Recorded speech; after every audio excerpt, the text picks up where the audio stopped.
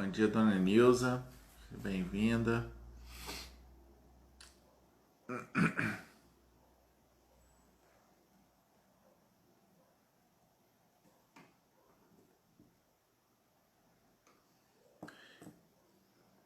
Ingrid. Bom dia. Luizinho, irmão. Bom dia.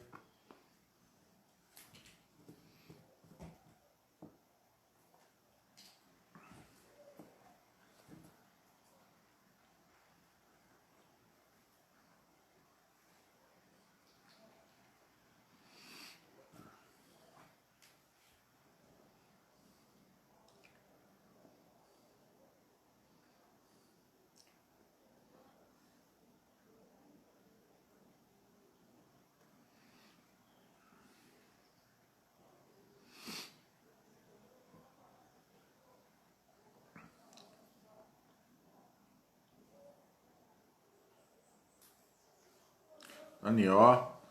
Bom dia, Danió.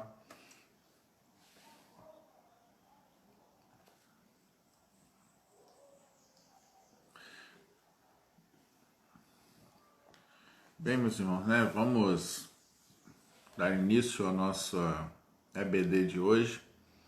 Hoje é a lição 5, né? O encontro com os discípulos no mar. Vamos abrir as nossas Bíblias no texto básico da lição. Vanessa, bom dia, Vanessa. Vamos abrir as nossas revistas, né? Nossas Bíblias no texto básico da lição, que está em Mateus, capítulo 14. Mateus 14. Do versículo 22 ao versículo 23. Bom dia, mãe. 14 ao 23, que diz assim: Logo a seguir, compeliu Jesus os discípulos a embarcar e passar adiante dele para o outro lado, enquanto ele despedia as multidões. Meu irmão presbítero Josimar, bom dia, forte, hein? Pessoal do Face também. É forte. Pessoal do Facebook, bom dia. Despedidos das multidões, subiu ao monte a fim de orar. Dona Ana Maria, bom dia. Subiu ao monte a fim de orar, sozinho. Em caindo a tarde, estava ele só. Entretanto, o barco já estava longe a muitos estádios da terra, açoitado pelas ondas, porque o vento era contrário. Na quarta vigília da noite, foi Jesus ter com eles, andando por sobre o mar. E os discípulos, ao verem-no andando sobre as águas, ficaram aterrados e exclamaram: É um fantasma! E, tomados de medo, gritaram. Mas Jesus imediatamente lhes disse: Tende bom ânimo, sou eu, não temais. Respondendo-lhe Pedro, disse: Se és tu, Senhor, manda-me ir ter contigo por sobre as águas. E ele disse: Vem. E Pedro, descendo do barco, andou por sobre as águas e foi ter com Jesus. Reparando, porém, na força do vento, teve medo e, começando a submergir, gritou: Salva-me, Senhor! E prontamente Jesus, estendendo a mão, tomou e disse: Homem de pequena fé, por que duvidaste? Subindo ambos para o barco, cessou o vento. E os que estavam no barco adoraram, dizendo: Verdadeiramente és Filho de Deus. Vamos orar, meus irmãos. Senhor grande Deus, graças te damos, Pai, por esta manhã. Graças te damos, Senhor, por mais esta noite de sono que o Senhor nos concedeu. E pedimos agora, Senhor, por este dia de domingo, por essa escola que agora teremos, ó Pai, que esta lição, Senhor, encontre um lugar nos nossos corações, que nós possamos encontrar nela crescimento espiritual, edificação para todos nós, ó Pai. Através do Teu Santo Espírito, coloque as Suas palavras no nosso coração. Entregamos, Senhor, todos os trabalhos que teremos no dia de hoje. as classes dos jovens, dos adolescentes, ó Pai, das crianças e o culto mais tarde à noite, o culto de louvor e adoração ao seu nome. Graças te damos, Senhor, porque o Senhor tem cuidado de nós e tem nos capacitado para que mesmo durante esta pandemia, mesmo, Senhor, durante a quarentena, nós estejamos pregando a sua palavra via internet, ó Pai, que vidas, pessoas tenham sido alcançadas, Senhor, e edificadas com a sua mensagem. Graças te damos porque o Senhor nos deu esse dom. Graças te damos porque o Senhor capacita a sua igreja. Graças te damos porque o Senhor é um Deus fiel que jamais nos abandona. Mais uma vez, Senhor, entregamos esta escola em suas mãos e pedimos as suas bênçãos e a sua graça sobre nós, de hoje e para sempre. Nós oramos no nome santo e bendito de Jesus. Amém, Senhor. Amém, meu Pai.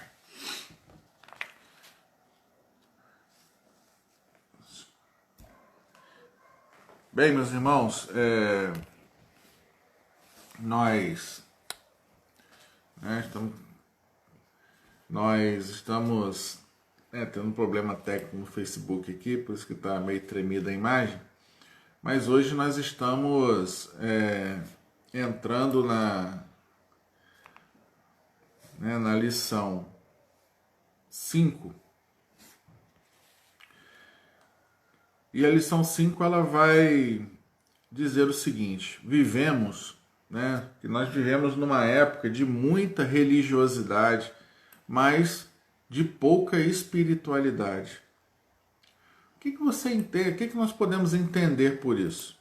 Vivemos em uma época de intensa religiosidade, mas de pouca espiritualidade.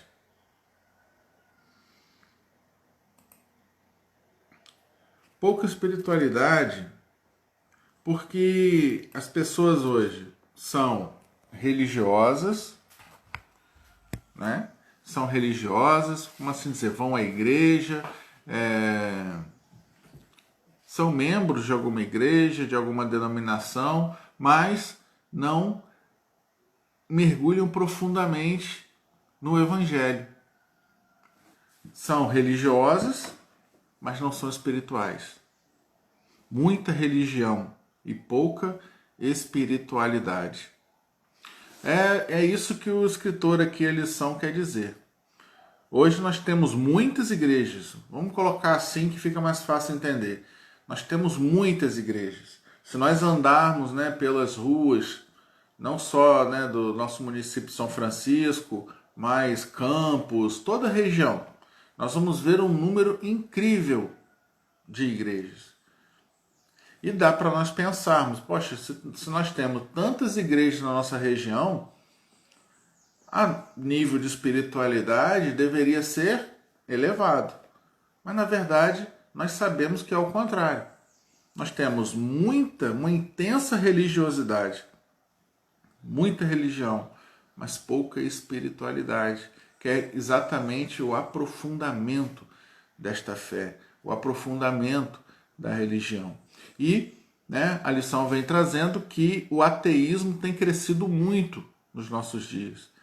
Aqui cita alguns exemplos. Na Dinamarca, 80% da população se declara ateia. No Vietnã, 81%. E na Suécia, 85%. Tem ideia do que é 85% da população de um país se declarar ateu e não acredita em Deus? Então, nós estamos vivendo num tempo em que a influência ateísta e as influências da sociedade, do mundo em geral, estão levando os homens e muitas vezes até os próprios membros da igreja, os próprios crentes, a perder a consciência de Deus, perder a noção de quem é Deus. E é por isso que muitas vezes se fala tanto em religião, tanto em fé, mas a maioria das pessoas, e talvez até você que me ouve aqui essa manhã, seja assaltado por várias dúvidas.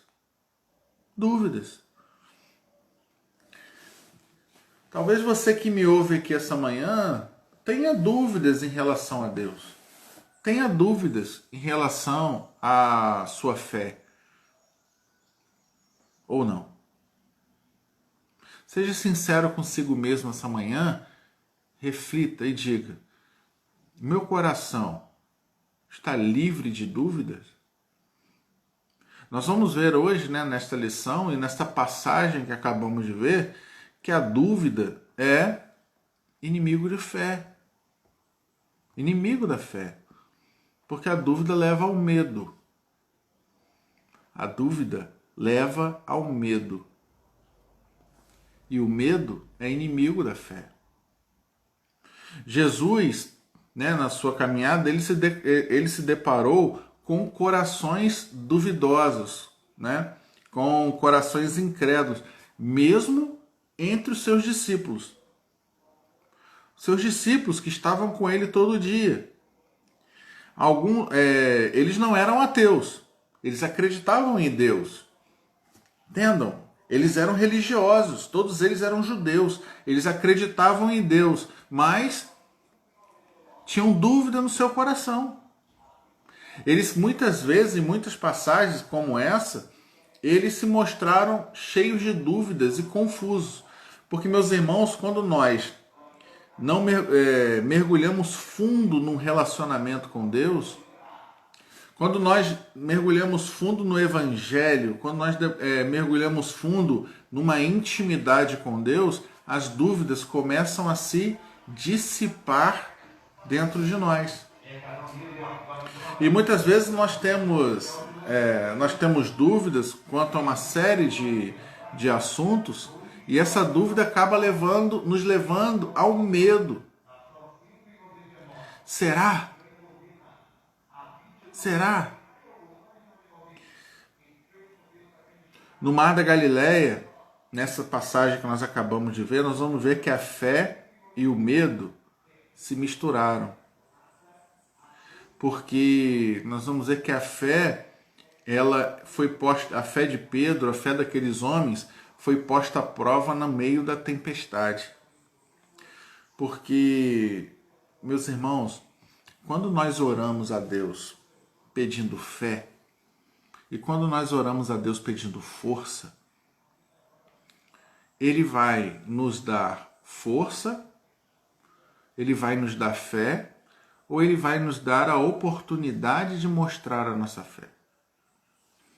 Porque se você é forte, como você vai saber que você tem força física? Você vai saber quando chegar a oportunidade de você demonstrar a sua força. Você vai precisar levantar alguma coisa pesada, você vai precisar arrastar alguma coisa, você vai, nossa, eu estou forte. Nossa, a minha força é grande, eu nem sabia. Porque se você não tem a oportunidade de testar a sua força, você nunca vai saber se você é realmente forte. A mesma coisa é a fé. Porque é como diz o ditado, mar tranquilo não faz bom marinheiro. Mar tranquilo não faz bom marinheiro. Um bom marinheiro é testado na tempestade. A verdadeira fé é testada na provação. A verdadeira fé é testada no meio da tribulação, porque é só no meio da tribulação aonde a nossa fé é posta à prova, aonde a nossa fé é esticada até o limite, que nós vamos ver qual é o nível da nossa fé. Foi no meio daquela intensa tempestade, sem Jesus estar no barco, que aqueles homens foram postos à prova. E nós vamos ver que o seu coração, o coração deles, estava cheio de dúvidas. E muitas vezes nós, quando passamos também pelas tempestades da vida, pelas provações, nós começamos a questionar. Começamos a duvidar. E aonde reina a dúvida? No coração onde a dúvida se instala, o medo cresce. E nós repetimos isso constantemente. Quando o medo cresce, a fé diminui. Aonde o medo cresce, a fé diminui. Nós temos aqui, né, aquelas famosas perguntas, né, da nossa lição. E a primeira pergunta diz assim: de que maneira Abraão demonstrou sua fé em Deus? Viver pela fé é fácil ou é difícil? Está em Hebreus 11, de 8 a 10. E aqui vai dizer: Abraão atendeu o chamado de Deus sem questionar e aguardou o cumprimento da promessa pela fé. Ele saiu da sua terra sem questionar para um lugar que Deus ainda iria mostrar e aguardou o cumprimento da promessa pela fé.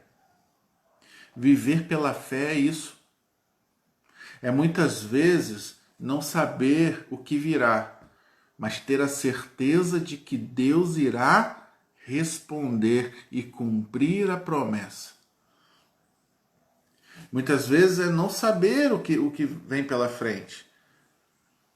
Muitas vezes é não saber se a luz no fim do túnel está perto ou está longe.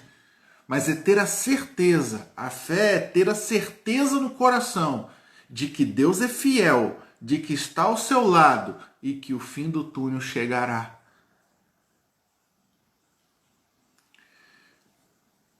Abraão fez isso. Ele confiou, ele creu, ele teve fé. Em segundo lugar, por que os discípulos de Jesus não conseguiram expulsar o demônio do jovem possesso? Está em Mateus 17, de 18 a 21. Por causa da pequenez da sua fé. Eles tinham pouca fé. Quando eles viram o jovem possesso, eles duvidaram. Questionaram dentro do seu coração. E quando a dúvida entra, a fé diminui. E Jesus chega, expulsa o demônio e diz: até quando vocês não vão entender? Essa fé de vocês é muito pequena. Terceira, por que muitas pessoas não aproveitam as boas novas? Por que muitas pessoas, prestem atenção nessa pergunta, por que muitas pessoas não aproveitam as boas novas e as boas novas do Evangelho e não encontram a verdadeira felicidade em Deus, a verdadeira felicidade na palavra de Deus, e estão sempre frustradas? Por quê? Por causa da falta de fé. Por causa da falta de fé. Porque a palavra, as boas novas do Evangelho se vislumbram com os olhos da fé. Porque para quem tem a fé duvidosa, para quem tem um coração duvidoso, a Bíblia é só apenas mais um livro. É uma história. É um livro como outro qualquer. Mas quando a palavra de Deus é vista, lida, encarada com os olhos da fé, com os olhos espirituais, que só são desenvolvidos com busca de intimidade com Deus, a Bíblia se abre e se revela para nós. Se revela para nós e mostra para nós os seus tesouros. A boa nova traz felicidade, o Evangelho traz felicidade. Mas quando nós cremos, quando nós temos fé naquilo que lemos. A pergunta 4 diz, na experiência dos Tessalonicenses, que virtudes operavam juntamente com a fé? É possível tornar-se forte na fé, mesmo sem exercitar essas outras virtudes? Lá em Tessalonicenses 1 e 2, Paulo vai falar do amor, da esperança e da perseverança. Amor é o dom supremo. Esperança e perseverança são exatamente isso. Fé. É esperar, a nossa irmã Adriana falou aqui, fé é a certeza das coisas que se esperam e a convicção de fatos que não se veem. É você ser esperançoso e perseverante. E não dá para você ser forte na fé se você... Josimar, forte, sou eu. Eu sou o Jefferson. É Jefinho que tá vendo. Bom dia, meu irmão presbítero Jefferson. né? Bem que você e Josimar são irmãos, até parecidos um com o outro. A fé é ser perseverante e esperançoso de que o Senhor cumprirá suas promessas. Foi isso que Abraão fez, perseverou, sempre com a esperança de que Deus cumpriria a sua promessa.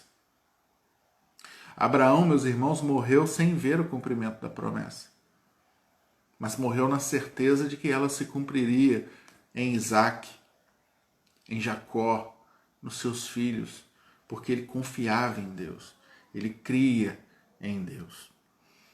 E a quinta, o que a fé nos garante em relação ao mundo? O que a fé nos garante em relação ao mundo? As tribulações, as provações, as perseguições do mundo.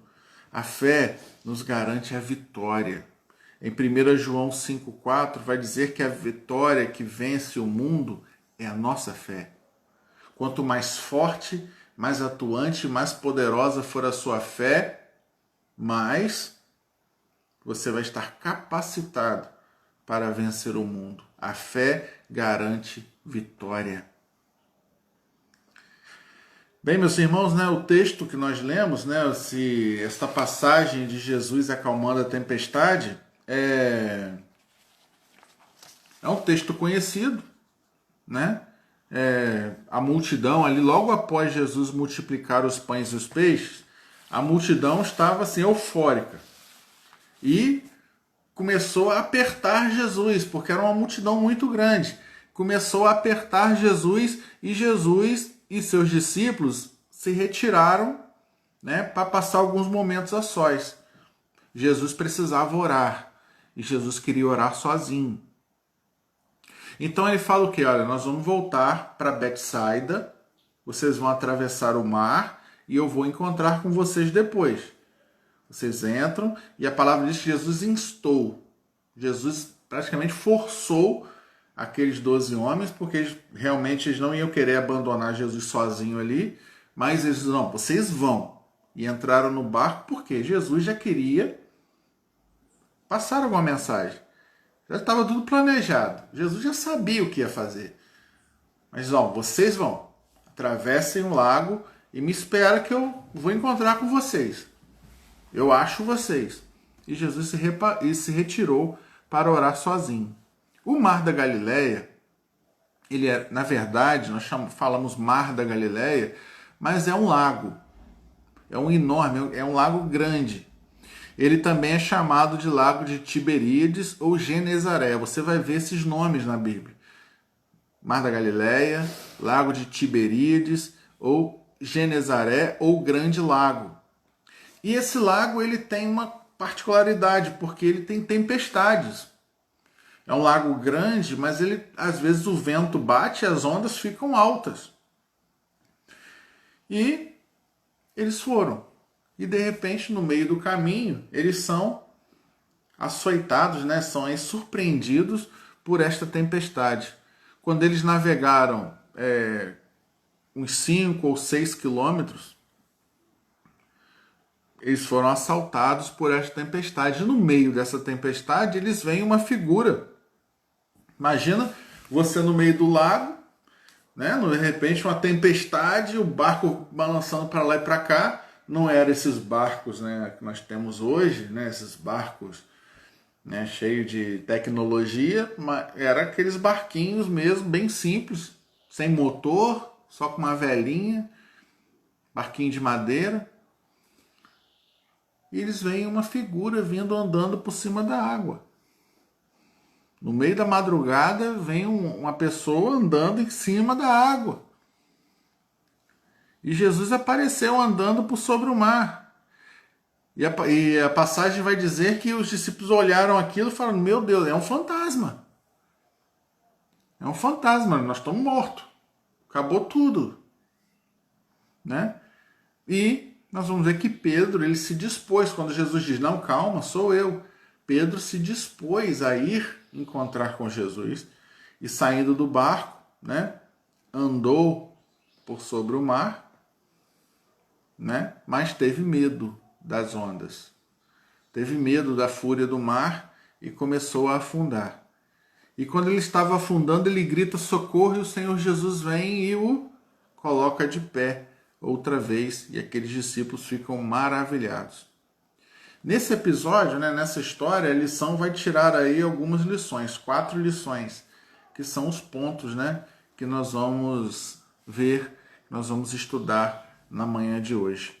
Em primeiro lugar, lá no começo da passagem, Jesus ele sente a necessidade de isolamento, de recolhimento, de se retirar para orar sozinho, né? Após ele ter atendido a multidão, aquela faminta, né, que Jesus multiplica os pães e os peixes, mais de 5.000 homens, sem contar as mulheres e crianças, Jesus ele sentiu a necessidade de orar sozinho, de se recolher por um tempo, de se orar sozinho. E ele compeliu, praticamente forçou os discípulos a atravessarem o mar. E eles se retiraram. Então, às vezes, meus irmãos, nós também precisamos dessas pequenas retiradas estratégicas. Tirar um tempo para meditar, tirar um tempo para orar sozinho, tirar um tempo para analisar como tem sido a nossa vida espiritual, como tem sido a nossa relação com Deus, a relação com a igreja, com a família. Ora, medita na palavra, tirar um tempo para nós. Tirar um tempo para se desligar um pouco de todas essas coisas e um tempo que seja nosso com Deus, para fazer uma autoanálise. Jesus deu essa retirada. Por quê? Recomposição emocional, né? Jesus tinha recebido a notícia da morte de João Batista, né? Jesus ele tinha recebido essa notícia, tinha acabado de fazer um grande milagre, tinha sido um dia cansativo. Lembre-se, mas Jesus é Deus, mas Jesus estava num corpo de homem, Jesus estava encarnado num corpo humano, um corpo humano que ficava cansado, um corpo humano que ficava esgotado, que tinha fome, que tinha sede. Ele sentiu a morte do seu primo, João Batista. Da mesma forma que nós vamos ver Jesus triste, chorando com a morte de Lázaro. Então, Jesus naquele momento ele dá uma retirada. Herodes também perseguia Jesus. E muitas vezes, meus irmãos, todos nós vamos enfrentar situações que nos desgastam emocionalmente, que nos deixam desgastados. Nós hoje vivemos numa vida muito agitada e a gente sofre muita pressão de todos os lados. É muita coisa dentro de casa, na família, é no trabalho, agora esse momento pandemia, e gente morrendo, e gente doente, e a doença chegando perto, e às vezes a cabeça fica... É momento de dar uma parada. Se nós falássemos, né, da nossa situação hoje, tem certas horas que nós temos que dar uma desligada na televisão. Parar de ver essas porcarias que só falam de morte o dia inteiro. Só morte. Você assiste um jornal, e outro dia eu estava assistindo o jornal hoje. Meu Deus, é deprimente. Não fala de outra coisa. Não fala de uma pessoa que foi curada, não fala de quantas pessoas têm saído ilesas dessa doença. Só fala de morte, tal lugar morreram tanto, tal lugar morreram tanto, tal lugar morreram tanto, e tal lugar morreram tanto. E você acaba, e isso fica na sua cabeça, e junto com os outros problemas, tem certas horas que nós precisamos, a nossa irmã Ana Maria bem falou aqui, precisamos de um momento a sós com Deus, recarregar as nossas baterias, porque nós ficamos esgotados.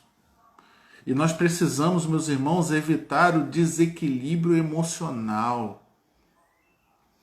O desequilíbrio emocional, ele traz sérias consequências para nós. muitas pessoas deprimidas, muitas pessoas pensando em suicídio, muitas pessoas tomando remédio controlado nessa situação que nós temos vivido. Quando esse tempo, esse momento com Deus, é encostar a cabeça no colo de Deus, é chorar, é orar, é abrir o coração, só você e Deus. Você vai ver como você vai se sentir mais tranquilo, como você vai encontrar uma paz e um descanso em Deus. E é importante nós fazermos isso. Jesus precisou daquele momento a sós com o Pai. Por isso ele se retira para um lugar sozinho, isolado, onde ele orou, onde ele conversou com o Pai. A palavra não diz, né? A Bíblia ela não vai dizer o que Jesus fez lá, né? Mas foi o momento dele com o Pai. Só eles dois. Porque Jesus também precisava de descanso físico, não apenas emocional, mas físico também. Lembre-se que Jesus estava num corpo humano. Jesus estava encarnado num corpo humano e o corpo humano sente o cansaço físico. Nós vamos ver outra passagem também de tempestade, né, que o Senhor Jesus estava dormindo no barco, descansando. Então, o desgaste, por causa de trabalho, tantas coisas, às vezes nós precisamos dar uma pausa para recarregar as nossas baterias intelectuais, né, emocionais, mas também nossas baterias do físico. Né? E avaliar também, essa parada foi para avaliar as suas motivações. Né? Porque tudo aquilo que eles vinham fazendo, tantos milagres, né, e depois daquela multiplicação, poderiam fazer com que os discípulos perdessem o foco. Por assim dizer, achar que eles eram mais do que verdadeiramente eram. Jesus, naquela noite, logo após esse grande milagre, vai demonstrar na prática que a fé daqueles homens ainda não era tão grande assim. Jesus, naquela noite, vai demonstrar para aqueles 12 homens que eles ainda tinham um grande caminho a percorrer na fé. Porque às vezes aquele milagre que eles tinham feito, a multiplicação dos pães e dos peixes, poderiam dar a eles uma falsa impressão. Porque o sucesso, né, das realizações podem nos fazer perder o foco. E Eclesiastes 6,11 aqui vai dizer: é certo que há muitas coisas que só aumentam a vaidade, mas que aproveita isso o homem? Né? Então também essa retirada de Jesus, essa parada para depois ensinar esta lição aos seus discípulos, foi para dizer: olha, vocês não estão com a fé de vocês tão forte assim. Vocês ainda precisam melhorar. Vocês ainda precisam buscar mais. E também, né, por fim, a prática da oração. Jesus era um homem que orava muito. Mas ele é Deus, Bruno. Mas ele amava o Pai, e ele gostava de conversar com seu Pai. Antes de qualquer decisão, antes de qualquer coisa, ele buscava o Pai em oração. Isso passa uma lição para nós. Se o Filho de Deus era um firme praticante da oração, por que nós oramos tão pouco? Jesus vai pegar este momento para ir lá para o monte e orar. Falar com o Pai.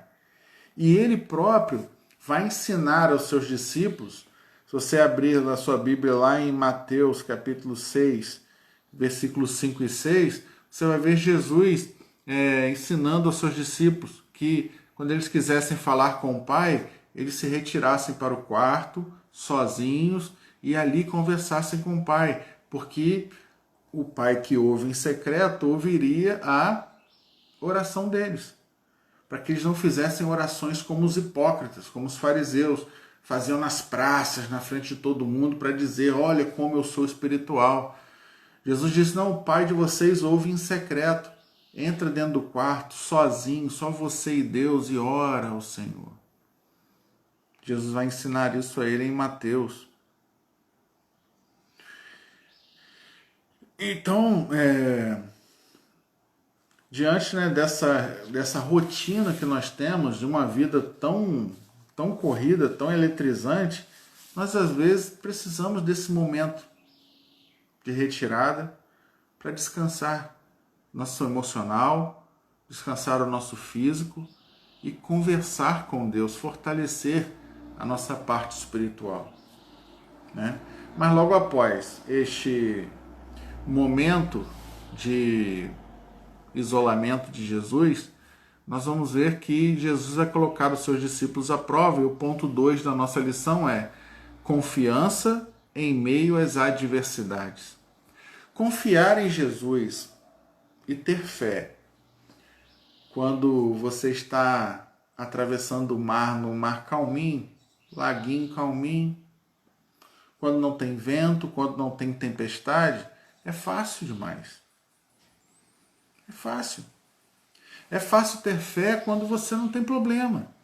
É fácil ter fé quando não tem problema de saúde na família. É fácil ter fé quando você não passa problema financeiro. É fácil ter fé quando você não enfrenta a tempestade. Mas é no meio da tempestade que a verdadeira fé se mostra. É no meio da tempestade que você vai descobrir se a sua fé está fortalecida ou não. Exatamente ali. Quando os discípulos estavam lá no meio do mar e eles se viram em perigo, se viram no meio da tempestade, Jesus vem sobre o mar, caminhando para socorrê-los. Jesus sabia o que estava acontecendo, já tinha visto o problema dos seus discípulos, e quando Jesus alcança o barco, chega até o barco, eles ficaram assustados. Porque às vezes no meio da tempestade, aqui na lição vai dizer assim, muitos dos que andam na escuridão cultivam um medo tal que vivem a enxergar fantasmas. Encontram-se tão assustados e alarmados com a agitação da vida e com os problemas que não conseguem ver Jesus tal como ele é, porque são prisioneiros do medo e vivem assustados e torturados por superstições. Eles viviam com Jesus o tempo todo, 24 horas por dia. Mas eles estavam com tanto medo, eles estavam tão assustados com aquela situação, a sua fé deu lugar a um medo tão grande que eles não reconheceram Jesus quando viram. Eles viram Jesus se aproximando, mas não reconheceram Jesus. E é exatamente isso que o medo faz, meus irmãos. É exatamente isso que a dúvida faz. Ela faz com que nós não consigamos enxergar Jesus no meio da tempestade. Faz com que nós não reconheçamos Jesus no meio da tribulação.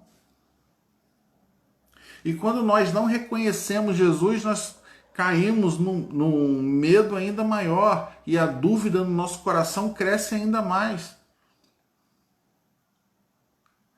Aqueles homens, entendam, eles viviam 24 horas com Jesus, o tempo inteiro, 24 horas por dia. E quando eles viram aquela figura, não reconheceram o Mestre. Entendam, quando a sua fé não é exercitada, e quando no seu coração ainda reinam dúvidas,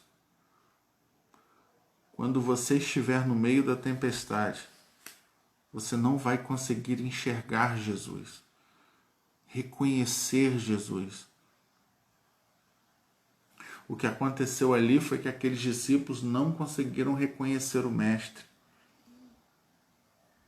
Eles conheciam o mar e eles sabiam que era impossível para alguém andar em cima daquelas águas agitadas.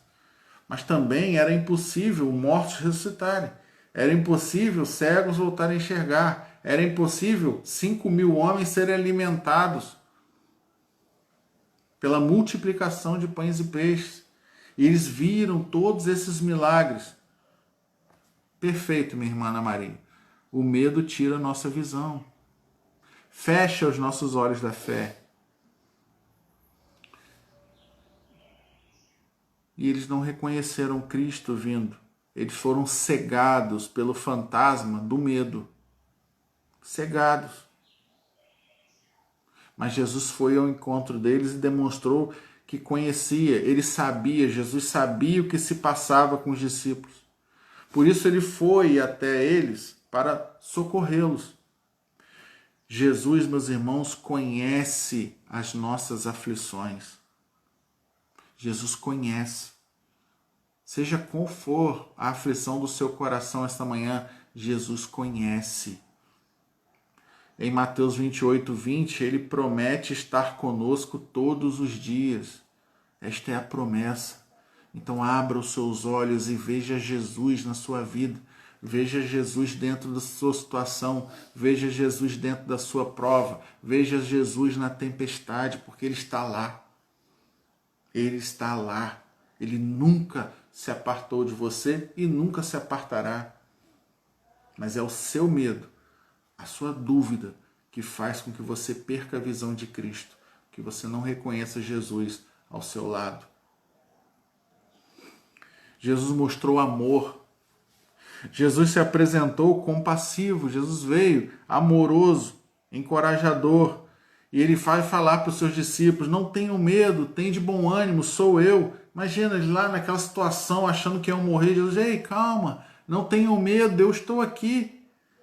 Eu amo vocês, vocês são meus, eu estou aqui. Não temais.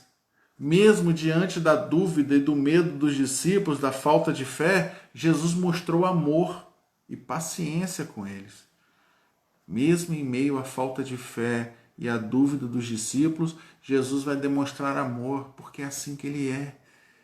Ele é o puro amor, Ele é a pura graça. E Ele não nos ama pelo que nós somos, Ele ama pelo que Ele é. Ele não nos ama por causa da nossa dúvida, por causa da nossa falta de fé. Ele ama porque Ele é amor.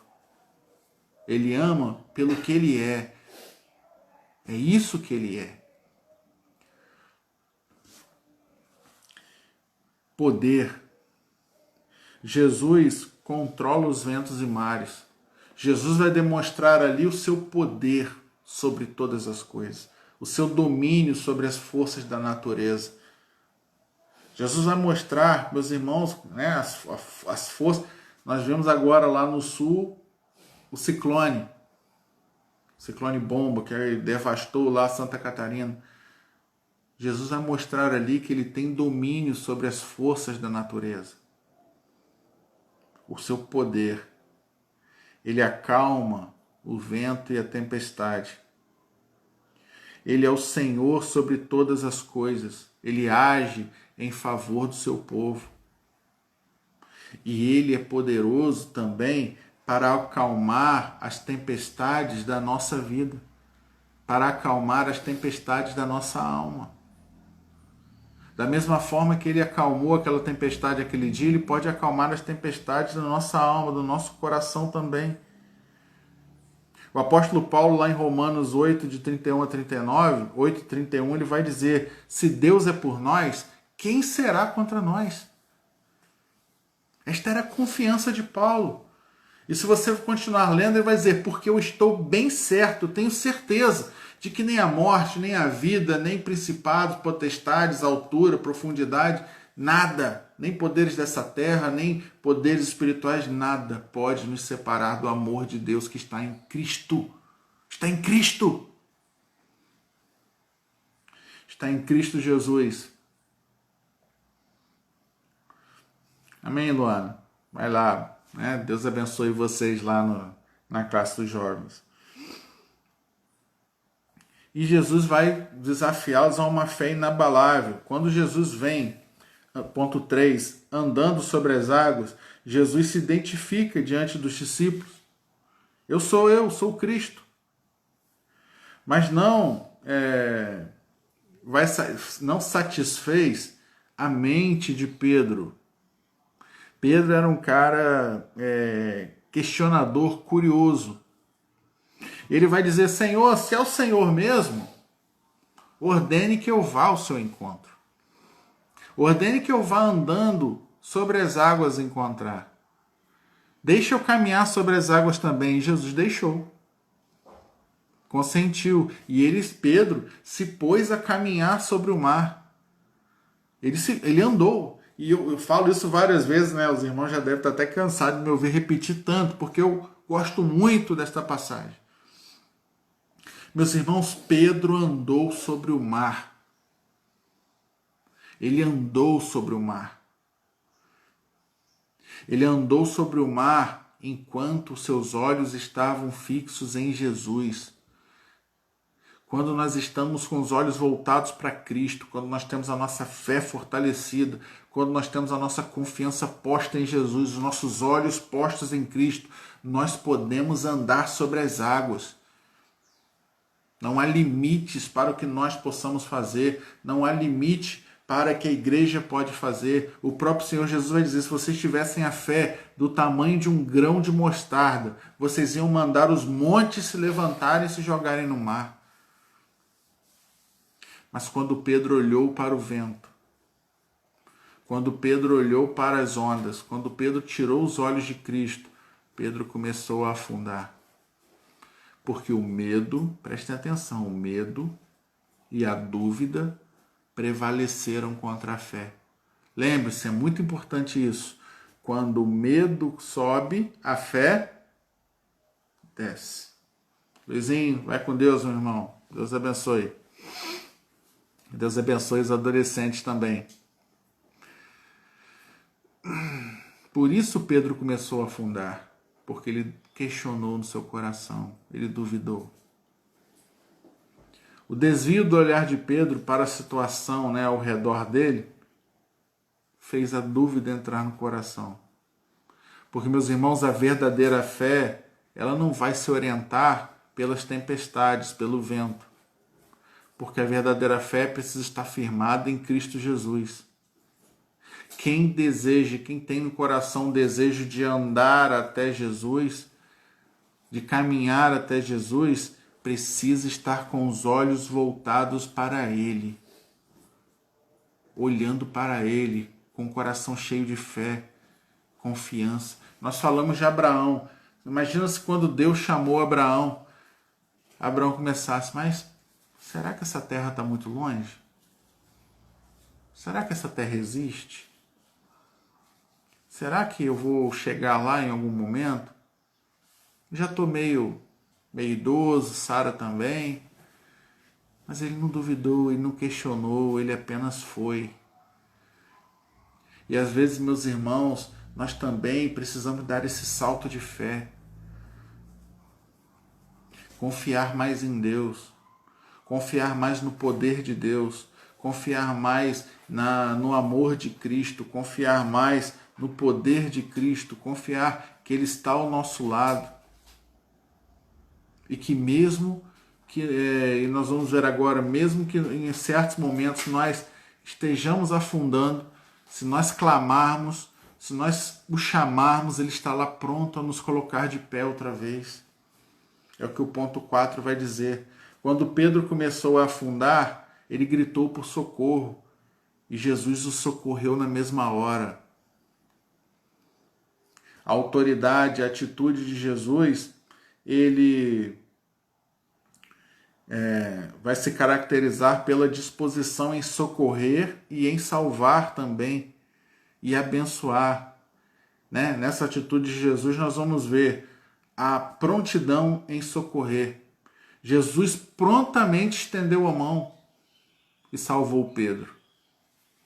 Quando nós clamamos a Deus, lá no mais profundo, quando nós estamos afundando, quando nós estamos no meio da tempestade, se nós clamarmos a Deus, nós podemos ter a certeza de que Ele vai estender a mão para nos socorrer. Pedro diz, Senhor, me ajuda. E Jesus, na mesma hora, levantou Pedro e colocou em pé outra vez. Aquele Pedro que questionou, aquele Pedro curioso, aquele Pedro que teve dúvidas e começou a afundar, foi socorrido na mesma hora e colocado de pé de novo por Jesus. Desafio ao exercício da fé. Jesus desafiou a fé de Pedro e acabou falando, homem de pequena fé, porque duvidastes? Porque deixou a dúvida entrar no seu coração? Você poderia vir e estar comigo aqui sobre as águas, a andar sobre as águas. Por que você teve tanta dúvida? Jesus queria desafiar Pedro, queria mostrar a Pedro que ele poderia viver intensamente a sua fé, que não tem limites para o homem que tem fé. Se abre um novo mundo espiritual, uma nova visão das coisas. Porque quanto maior a fé, mais os nossos olhos se abrem para outras realidades, para a realidade espiritual. Jesus está dizendo, Pedro, você pode fazer grandes coisas com os olhos da fé. Ao entrar no barco, aquela experiência de Pedro ali certamente trouxe para Pedro grande crescimento, pois Pedro percebeu ali a necessidade que ele tinha, Pedro como um homem, de viver pela fé, de fortalecer a sua fé, de fortalecer a sua confiança em Deus. Nós não podemos duvidar. Não podemos duvidar. E se a dúvida, meu irmão, minha irmã, está no seu coração essa manhã, clame a Deus, peça a Deus que retire isso de você. Porque dúvida não combina com fé. Aonde reina a dúvida, a fé diminui. Porque a dúvida leva ao medo, e o medo é inimigo mortal da fé. E também aí Jesus garante paz e Tiago capítulo 1, de 6 a 8, Tiago vai dizer, peça porém com fé, em nada duvidando. Peça as coisas a Deus, clame a Deus com fé, em nada duvidando. Não adianta você pedir, Senhor, faça isso na minha vida, mas já, vou orar, né, mas será que? Tem jeito não.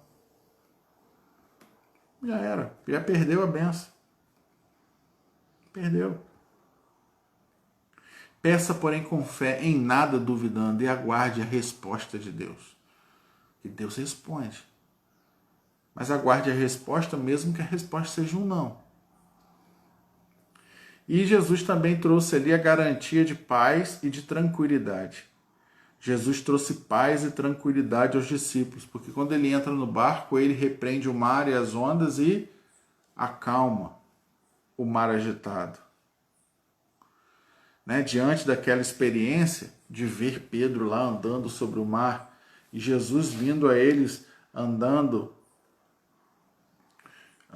sobre o mar, e quando Jesus entra no barco, acalma aquele mar agitado, lembrando que a maioria deles, a grande maioria, era de pescadores, e eles conheciam aquele mar, eles pescaram ali a vida toda. Eles sabiam o poder das tempestades do mar da Galileia. E quando vem aquele homem entrando no mar, vem Jesus entrando no lago, andando sobre o mar, entrando no barco, repreendendo as ondas e o mar ficando calmo de novo, eles reconhecem, este homem não é um homem como os outros. Este homem não é um homem comum. Este homem é o Filho de Deus, ele tem poder sobre as ondas, ele tem poder sobre a natureza, ele tem poder sobre todas as coisas. E aqueles homens, quando viram aquela calma reinando ali, porque onde Jesus chega, Jesus acalma a tempestade, Jesus livra aqueles homens do perigo. E quando eles veem o poder e a autoridade de Deus, eles têm ali a sua fé em Cristo consolidada, firmada. Eles viram e adoraram, verdadeiramente és o Filho de Deus. Quer dizer, ali que eles tiveram a plena certeza, verdadeiramente o Senhor é o Filho de Deus, versículo 33. Por isso, meus irmãos, nós precisamos também entender que nós precisamos exercitar a nossa fé para que a dúvida não ache espaço no nosso coração. E que esta manhã, o que nós podemos retirar da lição é que a dúvida leva ao medo e o medo é inimigo da fé. Por isso, esta manhã, peça a Deus que retire do seu coração qualquer sombra de dúvida, qualquer sombra de medo. Fortaleça a sua fé. Tenha fé, porque Cristo tem todo o poder e toda a autoridade e Ele está ao seu lado como prometeu. Creia. Tenha fé, em nome de Jesus. Amém. Vamos orar, encerrando. Eu vou chamar a Daniele aqui. Daniele é minha assistente. Ela vai fazer uma oração, vai chegar pertinho por trás aqui. Vai fazer uma oração, minha contra-regra aqui, que me ajuda. E eu só sei apertar o botão para começar, o resto é tudo dela que faz. Daniele vai orar para nós. Tenham todos um restante de domingo abençoado. Agora nós estamos aí com a aula dos jovens com a nossa irmã Luana, nosso irmão Luizinho com a classe dos adolescentes. Nós estamos, graças a Deus, com todas as classes em funcionamento, na nossa igreja. E às 4 horas, nossa irmã Vanessa vai trazer aí com a dona Gil, com a tia Gil, a classe das crianças às 4 horas. E às 19 horas, culto de louvor e adoração direto do templo. Então, graças a Deus, a nossa igreja está atuante, todas as classes funcionando, e para a honra e para a glória do nosso Deus. Vamos orar com a nossa irmã Daniele, dando assim por encerrada a nossa escola de hoje. Senhor Deus, nosso Pai, obrigado por mais este dia, pelo sol, pelo vento. Obrigado pelas bênçãos derramadas em nossas vidas. Perdoe-nos, Pai, os nossos pecados, pois somos falhos e pecadores e carecemos cada vez mais das Tuas misericórdias em nossas vidas. Que possamos cada vez mais estar buscando a Ti, estar mais próximo de Ti, ó Deus, e confiantes. Que não venhamos perder a nossa fé, que não venhamos estar inseguros, Deus, em qualquer circunstância, em qualquer situação.